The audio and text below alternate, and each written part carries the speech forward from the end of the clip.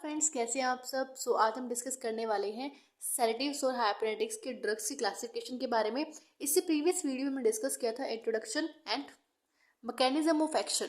हमने देखा था कि जो हमारी ड्रग है वो कैसे एक रिसेप्टर पे यानी गाबा रिसेप्टर पे बाइंड होकर एक्टिवेट होकर कैसे वो हाइपर पोलराइजेशन इफेक्ट शो करती है और सीएनएस को डिप्रेस करती है। ठीक है, तो इन ड्रग्स का भी सबका सेम मैकेनिज्म होगा, क्योंकि मेन मोटिव क्या है, सीएनएस को डिप्रेस करना। और डिप्रेस कैसे होगा, जब हमारा गाबा रिसेप्टर क्या होगा, एक्टिवेट होकर नेगेटिव जो चार्ज है इंट्रासेलुलर फ्लूइड के अंदर ज़्यादा हो जाएगा और उससे क्या होगा, हाइपर पोलराइजेशन कंडीशन क्रिएट होगी और उससे सीएनएस डिप्रेस हो जाएगा। ठीक है, तो इसलिए इन सब का जो भी मैकेनिज्म है वो सेम रहेगा। ठीक है, और यूजेस भी क्या है, बिल्कुल सेम रहेंगे। तो बचा क्या है इसका कि आपको सिंपल इसकी ड्रग्स देखनी है। सो जो ड्रग्स है उनका जो स्ट्रक्चर है उसके बारे में देखना है, और जो मेन आप बोल सकते हो जो स्ट्रक्चर एक्टिविटी रिलेशनशिप है, ठीक है, मेन ड्रग्स का वो देखेंगे। सिंथेसाइज कैसे करते हैं, जिनके ऊपर स्टार लगा हुआ है उनके में सिंथेसिस देखनी है। ठीक है, तो इतना ही सिंपल सा काम है। और जो ड्रग्स के स्ट्रक्चर हैं वो स्ट्रक्चर भी हमें लर्न करने हैं। ठीक है, तो फर्स्ट हमारी है बेंजोडाइजेपिन। बेंजोडाइजेपिन में हमें 7 ड्रग्स के बारे में डिस्कस करना है। ठीक है, इनमें से 3 ड्रग हमारी जो है जिनके पीछे जिनके जो सफिक्स जो है जिपाम है, जिपाम। तो इनमें से 3 ड्रग्स के पीछे क्या लगा हुआ है, जिपाम। ठीक है, और दूसरा जो हमारा है जिपोक्साइड है, जिपोक्साइड को आप जिपेट। ठीक है, इनको हम जब स्ट्रक्चर लर्न करेंगे तो ऐसे याद हो जाएंगे इजीली। ठीक है, और ठीक है ऐसे इसमें है। ठीक है, आखिरी में तो दो ड्रग है हमारे पास, थोड़ा सा डिफरेंस है इनमें। ठीक है, नेम में थोड़ा डिफरेंस है। और दूसरा हमारे जो बारबिचुएट्स हैं, बारबिचुएट्स को लर्न करना बहुत ईजी है। देखो, अगर आप देखो तो सबके बीच क्या लगा हुआ है, बारबिटल, बारबिटल लगा हुआ है। ठीक है, यहाँ पे भी है। ठीक है, बारबिटल बारबिटल बारबिटल बारबिटल। ठीक है, तो सबके पीछे बारबिटल लगा हुआ है। तो ये तो ईजिली से आप इजी तरीके से याद कर सकते हो। ठीक है, इनको में आपको लर्न करना पड़ेगा। ठीक है, तो फर्स्ट हम देखते हैं structure activity relationship of benzodiazepine. तो ये हमारा स्ट्रक्चर है बेंजोडाइजेपिन का। तो हमने जिसकी काउंटिंग है वो यहाँ से शुरू की है, 1 2 3 4 5। हमें ये नहीं मतलब मेजर करने होते इसके, मतलब ये नहीं देखना होता। ठीक है, अगर आपने थर्ड सेम की केमिस्ट्री पढ़ी है तो वहाँ पे आपने देखा होगा, नेक्स्ट के जब आपने नॉमेनक्लेचर किया होगा तो हम इसको कंसीडर नहीं करते। तो हम जो काउंटिंग करते हैं फिफ्थ के बाद 6 नंबर यहाँ से देंगे, 6 7 8 9। ठीक है, उसके बाद हमें हमारे पास एक अलग रिंग है। ठीक है, तो हमने इसको डैश डैश से रिप्रेजेंट किया, 1 डैश 2 डैश 3 डैश 4 डैश। ठीक है, तो ये हमारा स्ट्रक्चर है बेंजोडाइजेपिन का। तो इसमें हम देखेंगे कि कैसे कैसे डिफरेंट पोजीशंस पे हम सब्स्टिट्यूट कर सकते हैं। ठीक है, कौन कौन से हम ड्रग बना सकते हैं इससे। और तो इसको मैंने एक ही चार्ट पे इसको शो कर दिए। ठीक है, ताकि आपको इजीली लर्न हो सके। तो फर्स्ट अगर आप देखो यहाँ पे, अगर आप फर्स्ट नंबर पर नाइट्रोजन ग्रुप देखो तो ये ऑप्टिमल करता है एक्टिविटी को। ठीक है, और दूसरा हमारे पास है इफेक्ट ऑफ रिंग ए। तो यहाँ पे हमारे पास डिफरेंट रिंग होती है। फर्स्ट हमारी जो रिंग है, तो रिंग ए हमारी ये है, फिर बी और सी। तो ए रिंग में हमारा जो है, रिंग ए में अगर रिंग ए है, सॉरी रिंग अगर एरोमेटिक रिंग है तो जो उसकी एक्टिविटी वो ज़्यादा होगी, अच्छी एक्टिविटी होगी। अगर हेटेरोसाइकिल है तो कम एक्टिविटी होगी। ठीक है, तो नेक्स्ट हमारे पास है यहाँ पे 7 नंबर पे, 7 इसका मतलब होता है इलेक्ट्रॉन विड्रॉइंग ग्रुप। अगर हम इलेक्ट्रॉन विड्रॉइंग ग्रुप को यानी वहाँ पे सब्स्टिट्यूट करेंगे तो इलेक्ट्रॉन विड्रॉइंग ग्रुप क्या करता है, उसकी इलेक्ट्रोनेगेटिविटी ज़्यादा होती है। अब इलेक्ट्रोनेगेटिविटी ज़्यादा है तो उसकी एक्टिविटी भी ज़्यादा होगी। ठीक है, तो ये भी आप ऐसे लर्न कर सकते हो उसको। उसके बाद हमारा 2 और 6 पे, यानी आप पोजीशन 2 और पोजीशन 2 और 6 पे अगर आप इलेक्ट्रॉन विड्रॉइंग ग्रुप को सब्स्टिट्यूट करते हो तो क्या होगा, देखो यहाँ पे अगर आप क्या करते हो, 2 और 6 पोजीशन पे इलेक्ट्रॉन विड्रॉइंग ग्रुप को सब्स्टिट्यूट करते हो तो उसकी एक्टिविटी इंक्रीज हो जाएगी। ठीक है, अगर आप सब्स्टिट्यूट करते हो 4th नंबर पे तो उसकी एक्टिविटी डिक्रीज हो जाएगी ऐसी। ठीक है, उसके बाद जो हमारा है यहाँ पे कार्बन के ऊपर अगर OH ग्रुप लगा है, सॉरी O ग्रुप लगा है, ऑक्सीजन लगा है, तो वो इंपॉर्टेंट होता है उसकी एक्टिविटी के लिए। ठीक है, अगर ये नहीं होगा तो उसकी एक्टिविटी डिक्रीज हो जाएगी। देखो और भी काफ़ी सारे हैं। अगर अल्काइल सब्स्टिट्यूट करते हैं एट पोजीशन 3 पे तो उसकी एक्टिविटी डिक्रीज हो जाएगी। ठीक है, पर अगर हम 3rd पोजीशन पे ही अगर हम हाइड्रोक्सी ग्रुप को जोड़ते हैं, सब्स्टिट्यूट करते हैं, तो क्या होगा, उसकी एक्टिविटी इंक्रीज हो जाएगी। ठीक है, ऐसे ही हमारे पास जो 6th 8th 9th होता है वो कभी भी सब्स्टिट्यूट नहीं होता है इसके अंदर, ठीक है, उसको हम कभी भी सब्स्टिट्यूट नहीं करते किसी के साथ। और एक और जो चीज़ है हमारे पास, यहाँ पे नाइट्रोजन लगा हुआ है, नाइट्रोजन को अगर हम इस वाले बॉन्ड को यहाँ से मतलब 4 और 5 के बीच से शिफ्ट करके 4 और 3 के बीच में लगा दे, तो इससे भी क्या होगा, इसकी एक्टिविटी डिक्रीज हो जाएगी, ठीक है। तो फर्स्ट जो हमारा है क्लोरोडाइजेपोक्साइड, देखो क्लोरो मीन्स यहाँ पे क्लोराइड ग्रुप लगा हुआ है इसलिए, ठीक है। डाई मीन्स दो, यानी एज मीन्स क्या होता है, एजा, इसको एजा से रिप्रेजेंट करते हैं, तो यहाँ पे ए को हम हटा देते हैं तो क्या बचता है, एजा, एजा रिप्रेजेंट करता है नाइट्रोजन को, तो यहाँ पे 2 नाइट्रोजन लगे हुए हैं, ठीक है। ऑक्साइड, ऑक्साइड भी लगा हुआ है हमारे पास यहाँ पे, ठीक है। तो ये इजी सा स्ट्रक्चर है इसका, एक बार इसको देख लेना, ठीक है। देखो इसमें लर्न क्या करना है, यहाँ पे हमने लगाया है NH ग्रुप, NH और यहाँ पे ऑक्सीजन, ठीक है। तो यहाँ पे और भी अगर आप सब्स्टिट्यूट करते हो तो इसका और भी मतलब डिफरेंट डिफरेंट क्या बन जाती है हमारे पास, ड्रग्स का फॉर्मेशन हो जाता है, ठीक है। आप यहाँ पे कुछ और भी ऐड कर सकते हो तो उसका कोई और ड्रग बन जाएगी, ठीक है। इसको अगर आप यहाँ पे H की जगह पे कुछ और ऐड करके कुछ और भी आप ड्रग बना सकते हो, अलग अलग डिफरेंट डिफरेंट ड्रग्स का फॉर्मेशन कर सकते हो।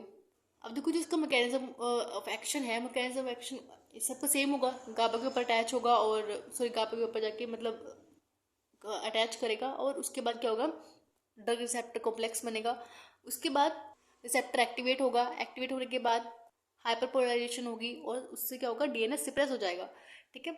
या बोल सकते हो जो हमारा CNS है वो डिप्रेस हो जाएगा।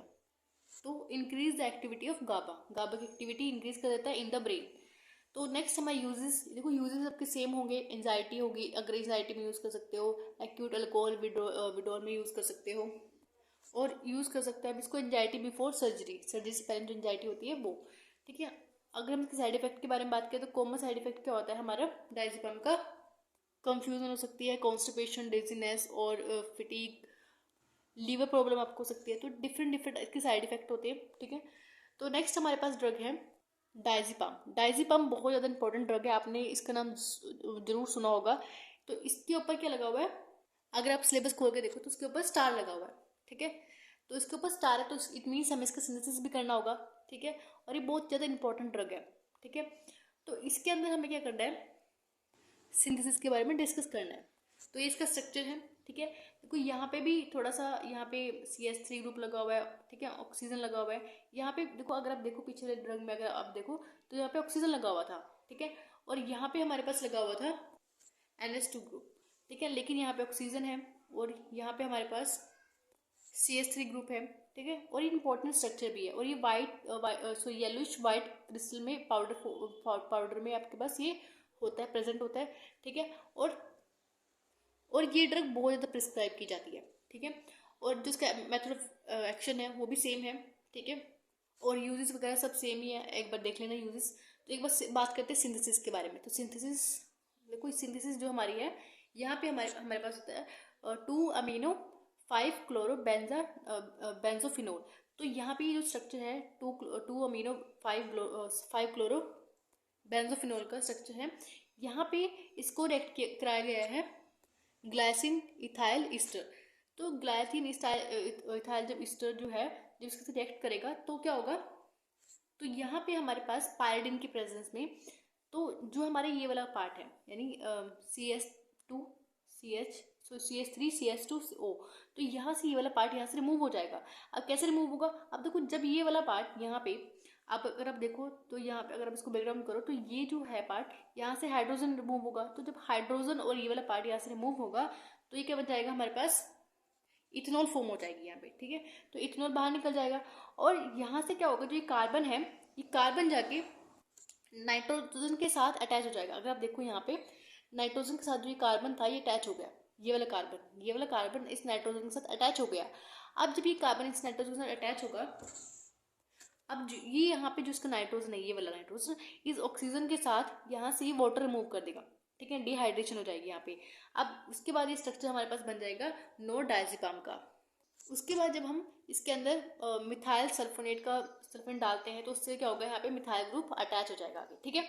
उसके बाद हमारे पास एक और रूट भी है जिससे हम सिंथेसाइज कर सकते हैं, ये वाला रूट है। इसमें हम क्लोरो जो एनिलीन है वो लेते हैं, क्लोरो एनिलीन लेंगे और उसके बाद हमारे पास उसका हम फिडल क्राफ्ट एसाइलेशन रिएक्शन को मतलब आगे फॉर्म करेंगे, ठीक है। तो यहाँ पे जब ये वाली रिएक्शन है तो यहाँ से ये सॉरी यहाँ पे Cl और यहाँ से H हाइड्रोजन रिमूव होगा और यहाँ पे इसकी जाके अटैच हो जाएगी ये वाली रिंग, ठीक है। उसके बाद हमारे पास क्लोरोएस्टाइल क्लोराइड जो है वो क्या करेगा, यहाँ पे नाइट्रोजन के पास पहले 2 हाइड्रोजन थे, तो एक हाइड्रोजन यहाँ पे क्लोराइड के साथ निकल जाएगा, यानी जो HCl है वो निकल जाएगा यहाँ से।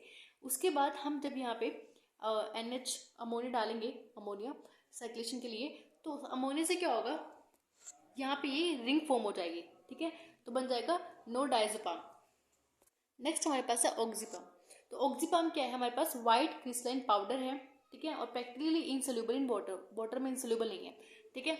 अब क्या होगा यहाँ पे, इसका सिंपल स्ट्रक्चर है, एक बार इसको देख लेना, और इसका मैकेनिज्म ऑफ एक्शन भी सेम होगा, ठीक है। एक बार मेटाबॉलिज्म और यूजेस सबके सेम है, ठीक है। तो बस आपको एक बार इनको रिवाइज करना है, ये आपको देखना है, ठीक है। आगे ये क्लोरोजिपेट का स्ट्रक्चर है, इसको एक बार लर्न कर लेना। क्लोरोजिपेट के स्ट्रक्चर में यहाँ पे क्या लगा हुआ है, हमारा COH ग्रुप लगा हुआ है, ठीक है। देखो यहाँ पे जो हमारा स्ट्रक्चर था, यहाँ पे OH लगा हुआ था, ठीक है, बाकी सारा स्ट्रक्चर सेम है। उसके बाद अगर आप देखो यहाँ पे सिर्फ COH ग्रुप लगा हुआ है, सिंपल है सारा स्ट्रक्चर। ये मेथड ऑफ एक्शन है, यूजेस है, ठीक है, सबका सेम ही रहेगा। और नेक्स्ट हमारा जो ड्रग है लोराज़ेपाम, ठीक है, ये इसका भी सारा स्ट्रक्चर सेम है। यहाँ पे सिर्फ यहाँ पे क्या लगा हुआ है, Cl ग्रुप आके अटैच हो गया, यहाँ पे OH ग्रुप पहले लगा हुआ था, पहले भी यहाँ पे, ठीक है। तो आपको बस ये छोटी छोटी चीज़ें देखनी है स्ट्रक्चर्स में, और उसकी यूजेस है, मेटाबॉलिज्म कैसा होगा इसका, ठीक है, मेथड ऑफ एक्शन क्या है इसका, ठीक है। तो आपको बस एक थोड़ा सा एक बार इनके बारे में पढ़ लेना है, ठीक है। ये अल्प्राजोलम का स्ट्रक्चर है, ठीक है, इसकी भी सेम यूजेस होंगे सारे, मैकेनिज्म ऑफ एक्शन भी आप लिख सकते हो सेम, ठीक है। यहाँ पे ये हमारा है, ये ज़ोलपेटाम का स्ट्रक्चर है, एक बार इसको भी देख लेना, सारे एक्शंस यूजेस सब सेम है इसका भी, ठीक है। तो ये थी हमारी बेंजोडाइजेपिन की स्ट्रक्चर। तो इसमें हमने देखा स्ट्रक्चर एक्टिविटी रिलेशनशिप क्या होता है, सारे ड्रग्स के बारे में हमने डिस्कस किया, ठीक है, सबका सेम एक्शन मैकेनिज्म है। आपको एक बार बस एक का लर्न करना है, बाकी सबका इजीली हो जाएगा, ठीक है। तो आज हमने डिस्कस किया बेंजोडाइजेपिन। नेक्स्ट वीडियो हम डिस्कस करेंगे बारबिट्रेट्स के बारे में। And thank you for watching this video. Have a nice day.